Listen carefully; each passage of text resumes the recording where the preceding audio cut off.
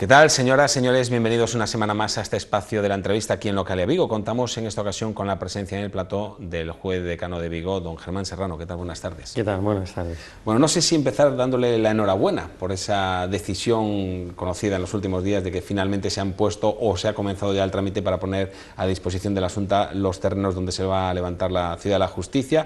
Parece que se encarrila por fin, después de años y años de lucha infructuosa para sacar adelante ese nuevo edificio judicial, ¿no?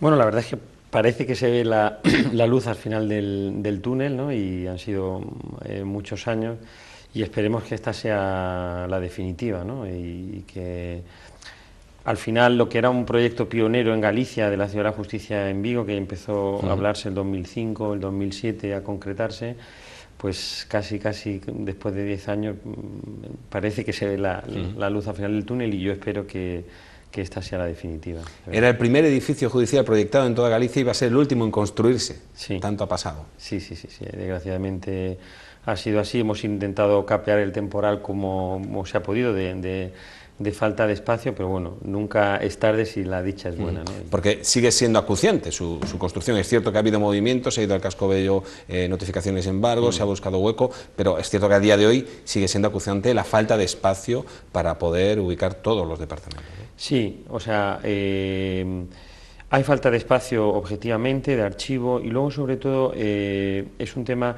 que a mí me preocupa porque puede haber modificaciones legislativas que influyan en la oficina judicial y por tanto la estructura y la arquitectura de las sedes judiciales tiene que ir acoplándose a las nuevas reformas que va a haber en este sentido. Y yo sobre todo siempre incido en un problema de dignidad, es decir, un edificio judicial, un juzgado, al fin y al cabo encarna un poder del Estado, uno de los 3 poderes básicos de nuestro Estado de Derecho, y tiene que tener una sede digna, no solo para las personas que trabajan allí, sino para el ciudadano que va a un juzgado para cualquier motivo, ¿no? Bueno, aún habrá que esperar unos añitos, por lo que decía yo, que se ha iniciado el proceso de cesión, después hay que construirla efectivamente y mínimo 2 o 3 años fácilmente. Habrá que seguir capeando el temporal. Sí, con cuanto antes sea pues mejor, pero bueno, mientras tanto pues efectivamente tenemos que seguir buscando huecos en donde haciendo con la imaginación al poder, pues por ejemplo cuando se nombra un refuerzo o cuando se viene algún funcionario tal, pues hay que buscarle una ubicación y una ubicación que sea digna, por supuesto. Bueno, esto en cuanto a los problemas de espacio, pero hay otros muchos problemas también de personal. Hace una semana, 2 semanas, escuchábamos a la titular del Juzgado de Violencia de Género quejarse, decir que hacen falta refuerzos. En los últimos 2 meses, 4 mujeres muertas a manos de sus parejas o exparejas. También hemos escuchado a los funcionarios quejarse también por la falta de personal en los juzgados de familia. Han pedido que se refuerce, que haya más personal. De lo contrario, han anunciado incluso paros parciales para el próximo mes de diciembre. ¿Cuáles son, desde su punto de vista, las necesidades a día de hoy del Partido Judicial de Vigo, de los juzgados de Vigo? A ver, yo tengo que hablar siempre desde la perspectiva judicial, es decir, desde el trabajo de los jueces. Y en mi opinión, los 2 juzgados de familia que están sobrecargados de trabajo ya tienen un refuerzo, o sea, hay un tercer juzgado de familia funcionando de facto, que también tiene funcionarios que puso a disposición la Xunta de Galicia, y quizá el problema del repunte de asuntos de familia puede venir dado por otras circunstancias, por ejemplo los informes psicosociales, que es un tema que también salió en prensa, y el retraso que hay en los informes psicosociales.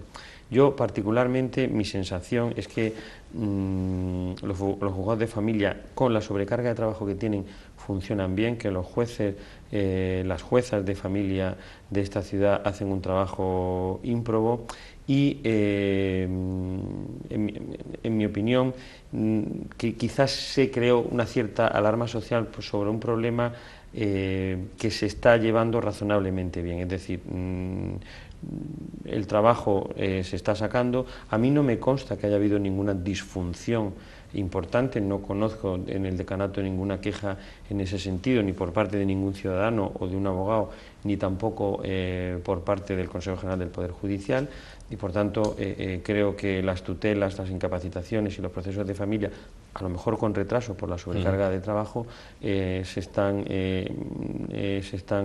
respondiendo desde la perspectiva judicial razonablemente bien. Entiendo que no entiende que haya que reforzarlo. ya está reforzado. Hay una tercera juez, es posible que falte algún funcionario, es posible, y eso efectivamente, a mí desde luego no me ha llegado ninguna petición en concreto y formal sobre este tema, pero efectivamente si se estimara que es necesario, por supuesto que yo lo haría a la sala de gobierno. Y respecto al juzgado de violencia sobre la mujer, pues como bien dijo el Tribunal Superior de Justicia en una nota de prensa, es un juzgado que tiene una carga de trabajo sobre el 60%, es decir, no llega al 100%. Es verdad que ahora ha habido un repunte de casos especialmente violentos, con muertes, ha habido otras circunstancias que han impuesto pues, dictar más órdenes de alejamiento que exigen al juez, a la juez y al fiscal estar más encima de los asuntos, pero bueno, nosotros en la carrera judicial estamos acostumbrados a que a veces hay vaivenes de trabajo, por diversas circunstancias, hay épocas donde uno puede tener más trabajo, otras veces menos, es decir, esto pasa en todos los juzgados de España, es decir, hay veces un juzgado de instrucción, por ejemplo, puede tener en una temporada 20 presos y en otra ninguno o 3, o un juzgado de lo social, pues si quiebra o cierra una gran empresa, y aquí en Vigo pues podemos poner muchos ejemplos, pues se puede incrementar el trabajo si hay despidos masivos. Hemos tenido un ejemplo en Vigo muy reciente, que está ahora coleando y que es, a mi modo de ver, ejemplar, que ha sido el juzgado de preferentes. Se previó una entrada masiva de estos productos financieros, efectivamente se produjo, porque entre Vigo y Coruña pues casi llegaron a las 4.000 demandas, que son muchas, y se creó un refuerzo para llevar ese tipo de demandas, es decir, se advirtió de la existencia de un problema y el Poder Judicial reaccionó. Si en los juzgados de familia y en el juzgado de violencia no es, digamos, necesario o imperiosamente necesario, ¿dónde se ha detectado que sí haría falta reforzar o solicitar alguna sala más? Si es que lo hay. En la actualidad, desde hace 5 años, desde el año 2010-2009, cuando empezó la crisis económica, no se han creado juzgados en España, en ningún sitio. El año pasado, plazas en órganos colegiados, pero no juzgados. Por tanto, lo que está ocurriendo, desgraciadamente, es que los refuerzos, lo que se denomina como refuerzos, están saliendo al paso de necesidades estructurales. En Vigo tenemos desde hace tiempo un refuerzo en los juzgados de lo social, es decir, otro juez, otro secretario y otra oficina judicial funcionando, y en familia. Eso significa que hace falta un juzgado de lo social y un juzgado de familia, porque esos refuerzos se han convertido de facto en juzgados. El de preferentes, que ha sido otro refuerzo que acaba el 30 de diciembre, ya no están entrando demandas o entran muy con cuentagotas demandas de productos financieros derivados de preferentes y subordinadas, y por tanto el problema, al acabarse, pues el refuerzo ya ha perdido sentido y por tanto el 30 de diciembre se extingue ese juzgado de preferentes. Pero el de familia y el de social es estructural, llevan años funcionando, el de familia menos, y por tanto es evidente que está haciendo frente a una necesidad estructural que se resolvería creando un juzgado específico, es decir, el tercero de familia y el 6 de social. En la audiencia, aunque no es de mi competencia, pues lleva 4 o 5 años un magistrado en la sección sexta, con lo cual es evidente que es una necesidad estructural, es decir, hace falta que se cree esa plaza en la sección sexta.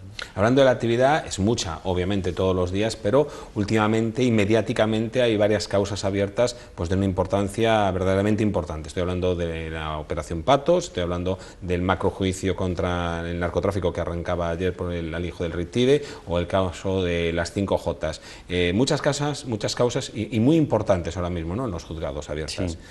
Sí, bueno, esto, como he dicho antes, hablando de otro tema, es cíclico, es decir, pues efectivamente tenemos esas macrocausas, y la de las 5J, la instrucción ya terminó, ya acabó el refuerzo de instrucción 6, porque se concluyó la instrucción y ahora quedan algunos juicios orales, aunque ya ha habido muchos juicios y muchas sentencias condenatorias, y tenemos esos dos que ha referido, sobre todo el de la Operación Patos, que desde mi modesta opinión y visto desde fuera, pues me parece que ha sido una instrucción ejemplar, llevada con silencio, se ha respetado mucho. Nada que ver con Operación Pokémon, por ejemplo. Sí, bueno, nada que ver con otras operaciones que hay a lo largo del territorio nacional. Creo que se ha llevado pues como se tienen que llevar, es decir, analizando y estudiando bien los asuntos y procediendo con cautela a las detenciones que son necesarias y a las citaciones de las personas que pueden aparecer imputados. Y además yo creo que, aunque pueda parecer paradójico, con un tiempo de respuesta muy razonable. En ese sentido, yo creo que los juzgados de Vigo han estado preparados y ahora, ayer, comenzó el refuerzo para el juzgado de instrucción 7 para que la juez titular se dedique en exclusiva a la operación Patos y a otras dos causas que tiene de especial relevancia, al igual que la instrucción 6 también tiene un refuerzo para que la titular termine la instrucción del caso de La Piedra, que también bueno, pues es un caso relevante y sobre todo esto se hace porque este tipo de macrocausas te paraliza el juzgado, ¿no? Claro. Por tanto, quizá por ahí venga la decisión de la jueza de hacer despieces o de derivar a otros juzgados lo que les afecta, pues emigrar en otros municipios y no encausar todo, ¿no? No llevar todo el asunto de forma que sea inabarcable, ¿no? Como ocurre en otras macrocausas, que se acusa a los jueces de querer abarcarlo todo y así no abarcar nada, ¿no? Sí, yo creo que es una decisión posible procesalmente. De hecho, en las últimas reformas de la ley de enjuiciamiento criminal van en ese camino y, por tanto, el hacer piezas separadas y remitirlas al juzgado competente, creo que en la operación Patos, por lo que leí en la prensa, pues se ha enviado algo a Orense, a Pontevedra, no sé si a Pontareas o algún lugar en concreto donde la competencia territorial es más adecuada. Y por tanto, ahora recuerdo también que en la operación de las 5 cotas también se hicieron piezas, aunque la llevara la misma juez, para garantizar un rápido enjuiciamiento. O sea, se acaba esa pieza de instrucción, concluye, se abre juicio oral y enseguida puede haber juicio y sentencia. Es un método de trabajar quizá más adecuado porque en alguna ocasión si se abarca mucho es difícil controlar y estudiar adecuadamente la causa, ¿no? Bueno, ¿qué le parece el cambio? Porque en los medios de comunicación, la sociedad estamos acostumbrados a escuchar la palabra imputados, ahora se habla más bien de investigados y en todo caso encausados para intentar discernir entre personas que se les imputa realmente un delito o aquellos que simplemente están citados para declarar. ¿Es un avance para garantizar los derechos de las personas o es más un maquillaje que realmente no es lo importante? A ver, yo considero que es un tema muy complejo y aquí entramos todos, jueces, medios de comunicación, policía judicial. Es un tema muy complejo porque es verdad que en España, quizá a lo mejor es por falta de cultura democrática, el concepto de imputado cuando sale en prensa es ya casi de condenado. Y efectivamente quizá el cambio de denominación puede ayudar a que mejoremos esa percepción. También hay que distinguir delitos y delitos, es decir, pero claro, al salir en prensa siempre cualquier lector, cualquier ciudadano puede hacerse su composición del hogar, su juicio y dictar su propia sentencia. De manera que yo creo que el cambio de denominación puede ayudar, pero la estigmatización social que puede venir dada por esa circunstancia, luego es muy difícil de reparar. Y eso a mí es quizá lo que más me preocupa, porque... Esa pena del telediario, ¿no? Exactamente, la pena de banquillo o la pena de telediario. Y hay, bueno, pues hay casos que todos conocemos y por tanto hay que distinguir bien qué tipos de delitos, por qué se imputa a una persona y sobre todo saber que cuando una persona va a declarar como imputado es una garantía procesal porque va a declarar con abogado y bueno, luego se decidirá, incluso a lo mejor se puede archivar la causa y seguir contra otras personas sobre los que aparezca claramente indicios de delito. Y luego es verdad que hay que saber discernir bien qué se imputa a una persona. No es lo mismo imputar pues el robo de un paquete de jamón de York que un asesinato por violencia de género, que incluso a lo mejor si el imputado lo reconoce ante la policía o ante el juez, pues es decir, pues es un imputado, podríamos decir, con unos indicios de criminalidad muy fuertes. y por tanto cuando llegue a juicio oral pues quizá la gente se haya hecho una composición del lugar más cercana al resultado. En otros casos pues ahí ya es más complicado. La operación Patos toca la política, como toca la política la Pokémon, o la Gürtel, o el caso Palau en Cataluña. Tiene uno la sensación de que los jueces se han erigido un poco en los salvadores de la situación, los que han puesto un poquito freno al desmán de alguno. No sé si comparte un poco esta decisión o no. Hablaba antes de los tres poderes del Estado. Yo le pregunto si hay la suficiente separación de los poderes, si la justicia es independiente. Hace 2 semanas se reunían aquí los jueces decanos de toda España, el Consejo General del Poder Judicial, y se hablaba de la necesidad de despolitizar más la justicia. A ver, yo en esto, como en otras cosas que seguramente me preguntará, hay que hacer mucha pedagogía. Es decir, yo no tengo ninguna duda y es más, no conozco ningún caso que haya sabido por mi condición de decano o porque me haya comentado algún compañero de que la justicia no sea independiente. Es decir, yo estoy convencido de que los jueces en España todos son absolutamente independientes en el momento de realizar una actuación judicial, una declaración de imputado, dictar una sentencia, lo que uno quiera. Ese juez, esa sala puede tener a título personal sus ideas personales, políticas, etcétera, pero en el momento de dictar sentencia no tengo ninguna duda de que son absolutamente independientes. Pero así hay algún órgano rector que está elegido directamente por pateos. Sí, ahora voy a eso, pero es más, cuando ha habido algún caso de corrupción de algún juez, que alguno ha habido, son muy pocos, el sistema lo expulsa rápidamente. Y luego no podemos olvidar nunca que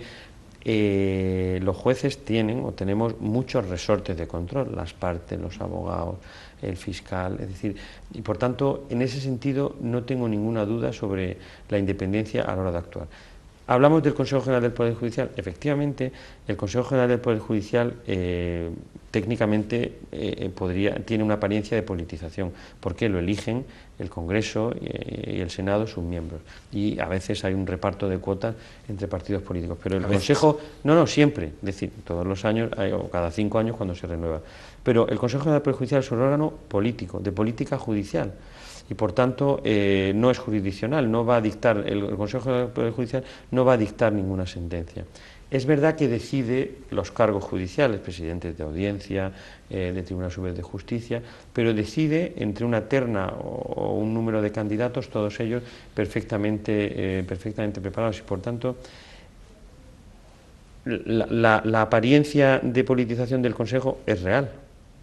No tengo ninguna duda, pero no es un órgano judicial, es un órgano de política judicial. Nosotros en Vigo, como todos los años desde que yo soy decano ha ocurrido en las Jornadas Nacionales de Jueces Decanos, hemos reclamado que los miembros del Consejo General del Poder Judicial, los 12 de extracción judicial, hay 8 que no son de extracción judicial, los elijamos los jueces directamente. ¿Hay alguna fuerza política que se presenta en las próximas elecciones del 20D que lleva eso precisamente en su programa? Bien, es cierto que hay jueces que han dado el paso a la política, aquí en Vigo, sin ir más lejos, el que fuera alcalde Ventura Pérez Mariño, o ahora su mujer Dolores Galobar, que va a encabezar la lista de los socialistas por la provincia al Congreso de los Diputados.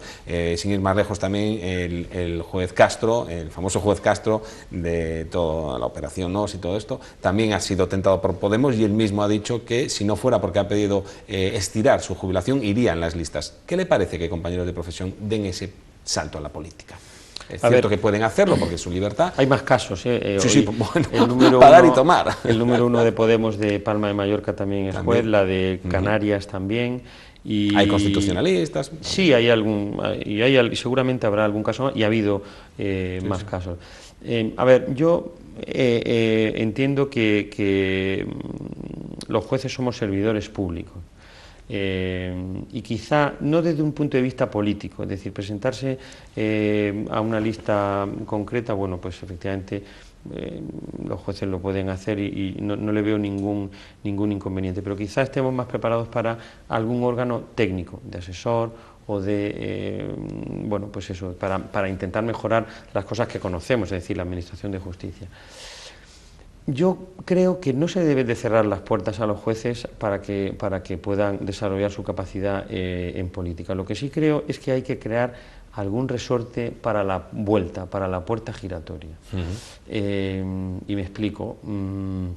Y me refiero sobre todo a los casos más sensibles. Es decir, si un juez se dedica a familia o a civil, es decir, a jurisdicciones que no tienen muchas implicaciones en la vida política, yo creo que la vuelta después del paso por la política no va a plantear mayores problemas. Sí lo puede plantear en materia de instrucción, en materia penal, es decir, no puede ser, es decir, la apariencia de independencia quiebra completamente cuando un juez ha estado en política y al día siguiente de reingresar en la carrera judicial tiene que instruir o juzgar a un compañero de partido, aunque lo haga con toda la independencia. Desde luego la apariencia no es de independencia. Por tanto, sí se podrían establecer algunos resortes o mecanismos legales para que eso no se produjera, es decir, pues que no pueda volver al mismo juzgado donde estuvo o a un juzgado que sea especialmente sensible, es decir, si has estado en política en un partido concreto, pues a lo mejor no debes de volver a un juzgado de instrucción o a un juzgado central de instrucción en la Audiencia Nacional, que te puede caer un caso de corrupción con compañeros de tu partido. Es decir, eso de verdad, realmente yo considero que ahí es donde quebraría básicamente el asunto. En otros aspectos habría que analizarlo. Ahora, yo creo que no se puede demonizar a un juez porque entre en política, pero sí establecer cautelas muy claras para la vuelta, para su reingreso en la carrera judicial. Es cierto que la política podría ser un factor, podría ser un factor de presión, también los poderes económicos. ¿No se juega a veces un poco con las sentencias, el famoso 2 años y 1 día para que tengan que ingresar en prisión? Ahora ha cambiado el Código Penal, no haría falta ni siquiera esa sentencia de 2 años y 1 día, sino que queda al arbitrio del propio juez que juzga. Lo hemos visto en el caso de Jaume Matas, que ingresó en prisión con una condena de 7 meses. Le voy a pedir un caso muy concreto que tiene que ver con Vigo. La excúpula de Nova Galicia Banco, condenados a 2 años de prisión por, me parece que era apropiación indebida, bueno, por esas prejubilaciones millonarias que además tienen que devolver 15 millones de 18 millones de euros. No han ido a la cárcel. No le digo que se moje, pero ¿por qué no? ¿O por qué? A ver, en nuestra... ¿Por qué 2 años y no 2 años y 1 día? A ver, pues habría que preguntarle al tribunal sentenciador y yo ahí no me puedo meter, pero sí es cierto que nuestro bagaje legal, doctrinal y constitucional en materia penal, pues cuando a una persona se le condena hasta 2 años de cárcel y no tiene antecedentes penales, no ingresa en prisión. Nuestro sistema penitenciario, nuestro sistema penal es un sistema que está pensando en la rehabilitación. Pero ahora eso ha cambiado, ¿no? No es estrictamente así. Ha cambiado, es verdad que la decisión puede ser del tribunal, pero yo hace muchos años que no me dedico al derecho penal, me dedico al derecho laboral, pero visto en perspectiva, a mí me parece que en determinados asuntos la respuesta penal, no estoy hablando del caso que me ha preguntado concreto, pero en algunos casos de los que se denominan delitos de guante blanco, a lo mejor la respuesta penal no es la más adecuada y hay que también valorar cuál es el tipo delictivo y sobre todo, lo más importante, el legislador, es decir, nuestro Parlamento, ha creado unas normas a las que les asigna una pena y si considera que este tipo de delitos económicos, ¿no? Se pueden calificar de delitos económicos, debe de conllevar ese tipo de pena, pues es decir, el juez ahí no puede hacer nada, tiene que condenar sobre el arco que la ley le ofrece de 1 año a 5, inhabilitación, lo que sea. Por tanto, es el legislador el que nos facilita a nosotros los instrumentos jurídicos para la decisión. Y el tema de la prisión, bueno, pues es un tema que hay que analizar con profundidad, porque hay que ver qué tipo de delito y qué pena lleva asignada, ¿no? No se puede tampoco generalizar. Y, hombre, la sed de venganza de la opinión pública de que uno vaya a la cárcel, pues bueno, hay que estar al caso concreto, ¿no? Y no se puede tampoco generalizar, en mi opinión. Vamos. Le voy a preguntar por otro caso muy mediático, el caso Asunta. Ha puesto en primera línea informativa de nuevo la figura de los jurados populares y se han escuchado de nuevo voces críticas un poco de la responsabilidad que se les da a los ciudadanos para que sean ellos los que decidan si es culpable o no. Evidentemente después la condena ya es más judicial, pero la decisión de si es culpable o no, y ha habido casos, errores gravísimos que ocurrieron en el pasado en otros, en Rocío Baninkoff, el tema del asesinato de Rocío Baninkoff, por ejemplo. ¿Es partidario o detractor de la figura del jurado popular, el juez decano de Vigo? A ver, ¿es una buena medida? ¿Cuesta un buen dinero? En el caso concreto bueno, de Asunta... cuesta dinero, es una medida que está recogida en la Constitución y por tanto... Pero que no lleva tantos años, porque no lleva desde el 78. No, ha habido alguna incorporación en años anteriores, en el siglo XX, etcétera, pero es una institución no típica de nuestro derecho, de nuestra tradición jurídica, por tanto es una incorporación pues que hay que introducir un poco con calzador. Está en nuestra Constitución y por tanto hay que darle la regulación. Yo no soy ni detractor ni favorable, me parece que es una figura extraña en nuestro derecho, que se ha ido consolidando y que, bueno, que quizá habría que introducir alguna matización para el resultado final, pero nuestra tradición jurídica siempre ha confiado en jueces técnicos, no en jurados, y por tanto quizá puede haber incluso por parte de la opinión pública un rechazo. Cuando es un caso, hay jurados todos los días en toda España, es decir, pero claro, cuando hay un caso mediático y este caso, en mi opinión, en mi modestísima opinión, ha estado demasiado en prensa, ¿no?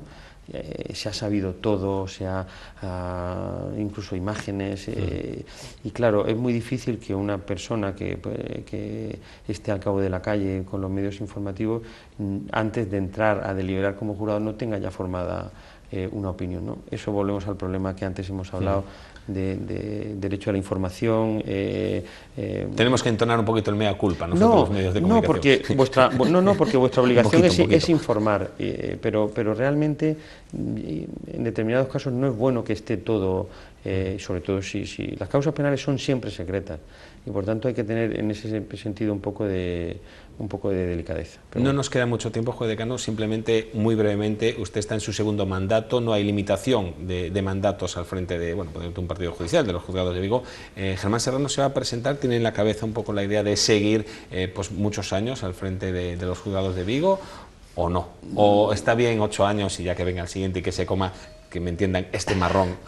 Bueno, yo me debo a mis compañeros, que son los que me eligieron, y cuando se acerque el final de este mandato, pues ya lo pensaré, pulsaré a mis compañeros si están contentos o no, o si hay alguien que puede venir con renovadas fuerzas para asumirlo, y por tanto no es un tema que me preocupe, porque es un cargo de servicio. A lo mejor la proyección que hay es de más institucional, pero el día a día del decanato pues es eso, y yo me debo a mis compañeros y ellos tendrán la decisión.